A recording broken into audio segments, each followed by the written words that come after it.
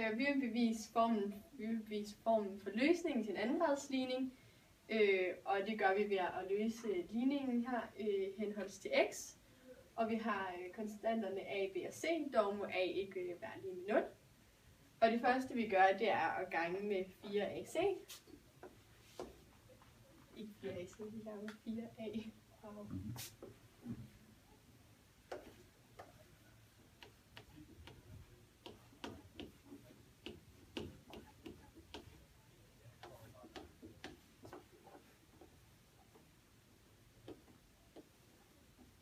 Og så ganger vi 4a ind i parentesen.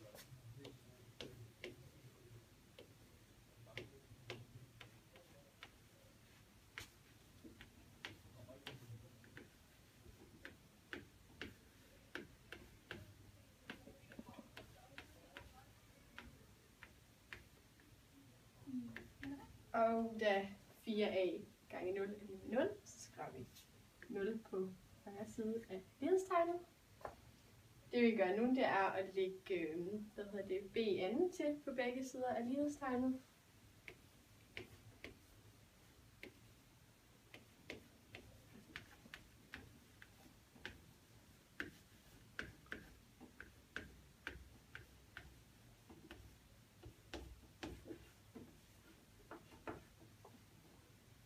Og det bliver bare bn på højre side af lighedstegnet. Det næste vi så gør, er at trække 4ac fra begge sider af lighedstegnet.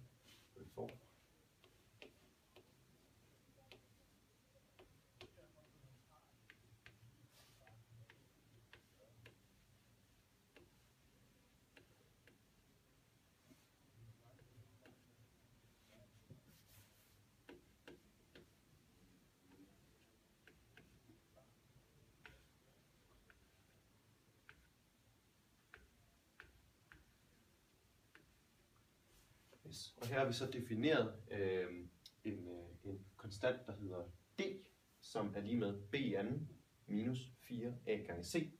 Det kalder vi for diskriminanten. Så det vil sige, at der på højre side af lighedstegnet bare kommer til at stå d.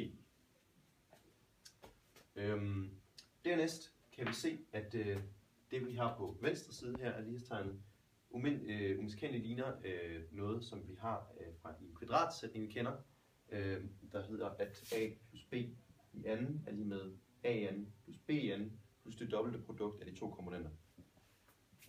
Derfor så kan vi forkorte den her til, ved at gå den anden vej i kvadratsætningen, og der kommer vi så frem til, at den alligevel hedder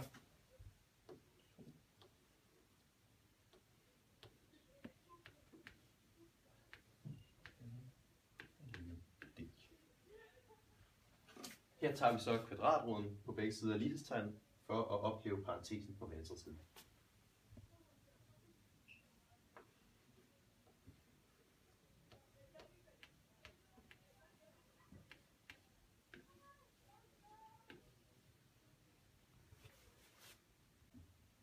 Vi ved, at ved at tage kvadratroden af d, vil egentlig være det samme som at tage kvadratroden i minus kvadratroden i p. Det vil give det samme. Og derfor så er der to muligheder for ligningen. Altså 2ax plus b er lige med kvadratroden af d, eller 2ax plus b er lige med minus kvadratroden af d.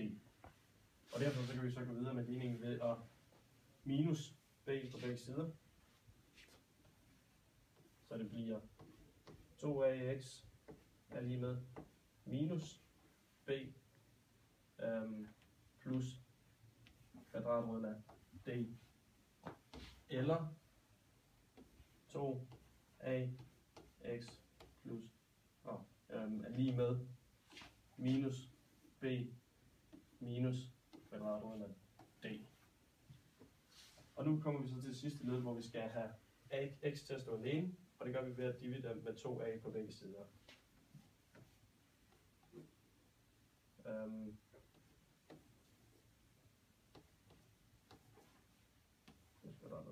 Divideret med 2a. er lige med minus b minus kvadratroden af d divideret med 2a. Og derfor så har vi to muligheder til den her ligning.